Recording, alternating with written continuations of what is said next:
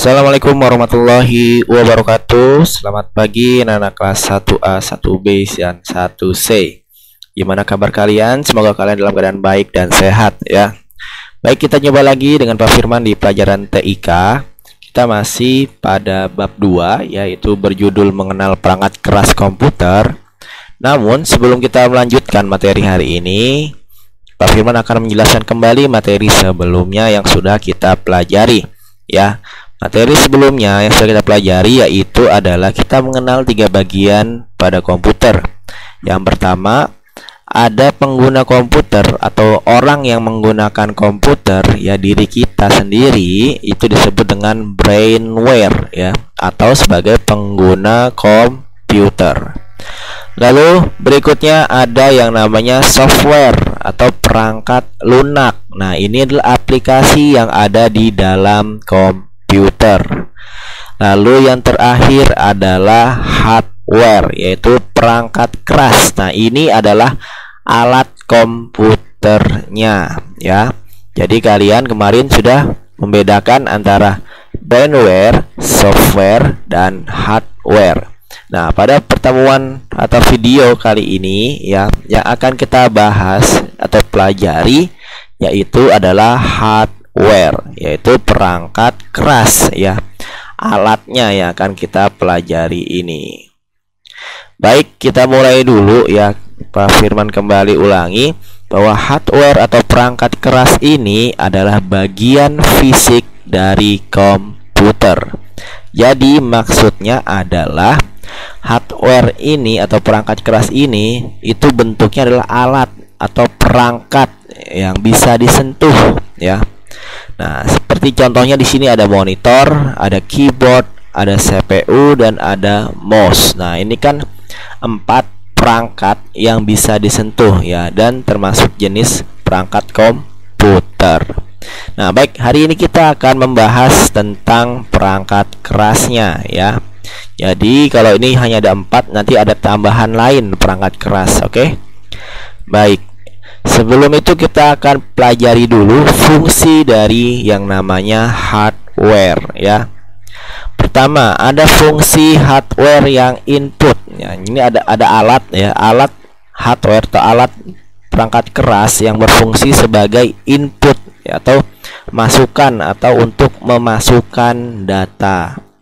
Ada lagi fungsi hardware sebagai pengolah data atau hardware proses ya. Ya, fungsinya mengolah data ya, alat ini untuk mengolah data. Lalu berikutnya ada output. Kalau tadi ada input, nah ini ada output, yaitu untuk mengeluarkan hasil data yang sudah diolah tadi. Jadi nanti ada alat untuk outputnya ya. Jadi ada nanti datanya di input pakai alat, lalu diproses dengan alat juga, lalu dikeluarkan dengan alat juga ya. Berikutnya ada storage. Nah, ini untuk hardware atau perangkat keras atau alat untuk menyimpan data. Dan yang terakhir adalah peripheral, yaitu alat tambahan atau perangkat tambahan. Nah, untuk kalian bisa memahami lebih baik, kita lihat dulu tampilan seperti ini. Nah, di sini Pak Firman akan ilustrasikan ya. Contohnya seperti ini. Fahmi ingin membuat dokumen berupa tulisan dengan menggunakan komputer ya. Jadi Fahmi ingin membuat dokumen berupa tulisan. Nah, langkah pertama yang dilakukan Fahmi yaitu adalah mengetik di keyboard ya. Kenapa langkah pertama mengetik di keyboard? Karena untuk memunculkan huruf-huruf yang ingin dimunculkan di komputer, maka diketik dulu di keyboard. Berikutnya nanti setelah diketik maka akan diolah atau akan dimasukkan ke CPU ya. Hasil ketikan nanti akan diolah oleh CPU. Lalu hasil ketikan nanti setelah diolah akan muncul di monitor ya, tulisannya ya. Nanti setelah diolah, tulisannya yang sudah diketik tadi akan muncul di monitor.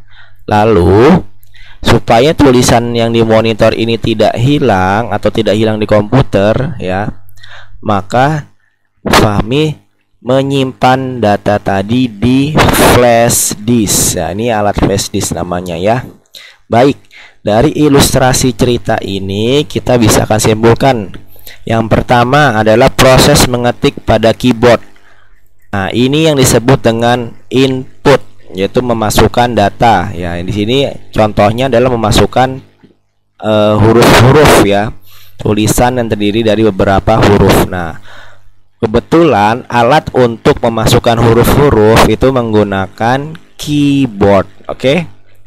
Baik, setelah tadi diketik ya, huruf-hurufnya masuk ke alat pengolah data, yaitu adalah CPU. Nah, CPU ini adalah alat untuk mengolah data, perangkat komputer untuk mengolah data, yaitu CPU. Setelah diolah datanya di CPU, maka akan keluar hasil tulisannya di monitor. Maka ini yang disebut dengan output, mengeluarkan hasil data yang diolah tadi ya. Tadi yang diolah tadi adalah huruf-huruf, maka muncul nanti huruf-hurufnya di monitor, dan monitor ini salah satu alat atau hardware perangkat keras output. Nah, sedangkan untuk ini flash disk ya, supaya tidak hilang. Nah, ini contoh dari storage atau perangkat penyimpanan ya. Ini fungsinya untuk menyimpan data agar tidak hilang.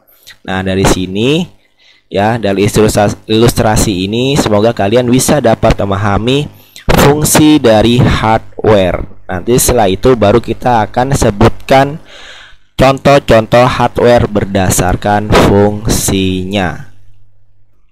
Baik, sekarang kita akan coba masuk ke fungsi ya dari hardware atau contoh-contoh hardware berdasarkan fungsinya tadi ya. Baik, kita akan mulai dulu dari yang namanya input device, yaitu alat untuk memasukkan data. Contohnya apa? Tadi yang pertama ada keyboard untuk memasukkan data berupa huruf-huruf atau angka. Lalu berikutnya ada mouse. Nah, mouse ini untuk memasukkan perintah ya, untuk menggerakkan tanda panah yang sering muncul tuh, kursor di monitor namanya kursor yang tanda panah itu. Nah, itu untuk menggerakkannya menggunakan mouse sebagai alat masuknya. Lalu berikutnya ada CD-ROM. Nah, ini biasanya kalau ada video ataupun file yang adanya di CD. Nah, untuk membaca CD ini menggunakan alat masukan disebut CD-ROM. Ini yang gambarnya kotak ini. Nah, ini alatnya ya, untuk membaca data dari file CD, maka disebut dengan CD-ROM. Lalu berikutnya, nah ini scanner. Kalau ada tulisan di kertas ya, ingin diambil atau ingin ditampilkan ke komputer, maka butuh alat masukannya yaitu scanner untuk memasukkan data dari lembaran kertas, ataupun bisa juga memasukkan foto ya, tinggal ditempel saja di sini nanti akan muncul di komputernya. Lalu berikutnya ada mikrofon. Nah, ini alat masuk untuk memasukkan suara kita menggunakan mikrofon. Nah, ini contoh input device ya. Input itu masukan, device adalah perangkat atau alat ya. Berikutnya ada proses device, yaitu alat untuk memproses atau mengolah data. Nah, untuk proses device ini hanya ada satu perangkat, yaitu CPU atau CPU ya, dengan kepanjangan dari Central Processing Unit ya. C-nya central, P-nya processing, U-nya adalah unit. Ini satu-satunya contoh perangkat pengolah ya, atau proses device. Berikutnya, setelah diolah kita masuk ke contoh output device atau alat keluaran. Nah, ini untuk mengeluarkan hasil data yang sudah diolah tadi di CPU. Nah, contohnya apa tadi? ada monitor. Monitor untuk mengeluarkan gambar, video ya, atau tulisan atau huruf ya. Itu di monitor untuk memunculkan tampilan gambar.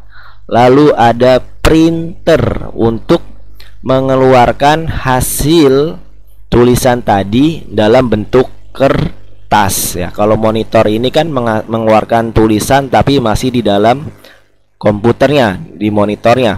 Tapi kalau printer dia ada di kertas, keluarin hasilnya di kertas, baik itu gambar maupun tulisan. Berikutnya ada speaker. Speaker ini adalah alat untuk mengeluarkan suara. Nah, dan yang terakhir adalah proyektor. Nah, ini hampir mirip dengan monitor, yaitu untuk menampilkan gambar. Hanya saja kalau monitor ini terbatas ukurannya, tapi kalau proyektor ini dia bisa menampilkan lebih besar ya. Seperti di bioskop menggunakan proyektor. Nah, ini contoh-contoh dari alat atau perangkat output device atau alat keluaran ya. Ini monitor mengeluarkan gambar, printer mengeluarkan tulisan di kertas, lalu speaker mengeluarkan suara, dan proyektor mengeluarkan gambar juga. Nah, ini dia alat output device. Berikutnya adalah backing storage atau alat penyimpanan. Nah, biar datanya tidak hilang di komputer, harus disimpan. Nah, ini alat-alat untuk menyimpannya. Yang pertama ada hard disk internal. Yang kedua ada hard disk eksternal. Nah, bedanya apa? Hard disk internal ini posisinya ada di dalam CPU-nya. Sedangkan hard disk eksternal ia ada di luar ya. Dia tidak masuk ke dalam CPU tapi di luar CPU, maka disebut dengan eksternal, yaitu di luar. Kalau internal berarti dia di dalam. Nah, ini keduanya sama-sama hard disk, hanya beda di tempatnya saja. Kalau internal di dalam, kalau eksternal di luar. Berikutnya ada flash disk. Nah, ini ukurannya lebih kecil lagi ya, tapi bisa menyimpan banyak ya. Tentunya berbagai macam flash disk untuk batas penyimpanannya berbeda-beda. Lalu berikutnya ada CD. CD ini kepanjangannya adalah compact disk ya. Bentuknya bulat, tengahnya bolong. Nah, ini juga untuk menyimpan file atau video berupa dokumen juga bisa ya. Nah, ini CD. Lalu berikutnya ada disket. Nah, disket ini dulu sebelum ada flash disk ya menggunakan disket. Nah, sekarang sudah tidak digunakan lagi karena ukurannya yang lumayan besar, tapi penyimpanannya kecil, tidak seperti flash disk yang ukurannya kecil tapi penyimpanannya besar. Maka disket ini jarang digunakan, bahkan sekarang sudah tidak lagi digunakan ya. Nah, ini contoh-contoh alat penyimpanan data pada komputer atau backing storage bahasa Inggrisnya ya. Storage itu penyimpanan, oke? Baik. Kalau kalian perhatikan di sini, biasanya kalau alat penyimpanan itu pasti ada kata disk, dan disk. Nah, bisa kayak gitu ya ciri-cirinya. Baik, berikutnya terakhir ya, yaitu peripheral, alat tambahan. Nah, ini alat tambahan yang digunakan untuk melengkapi supaya lebih sempurna komputernya. Ini Pak Firwan kasih satu contoh saja, yaitu ada modem ya. Nah, ini modem, sama-sama modem, ini kanan kiri dua-duanya sama-sama modem. Bedanya apa? Bedanya kalau ini modemnya ini ditempel nih biasanya menggunakan kabelan ya, kabel internet. Dia harus kabel internet. Nah, kalau ini modem yang portable, bisa dibawa kemana-mana, dicabut, dimasukkan ke laptop atau PC. Nah, tentunya berbeda ya kecepatannya. Tentu bagusan yang modem menggunakan kabel ya, tapi sama-sama fungsinya ini sebagai penerima sinyal internet atau memberikan internet. Nah, ini alatnya namanya modem. Emang bentuknya mirip seperti flash disk tapi fungsinya beda ya, jadi diperhatikan. Oke, Baik, mungkin itu saja yang bisa hari ini Pak Firman sampaikan pada video ini. Kurang lebihnya mohon maaf. Assalamualaikum warahmatullahi wabarakatuh.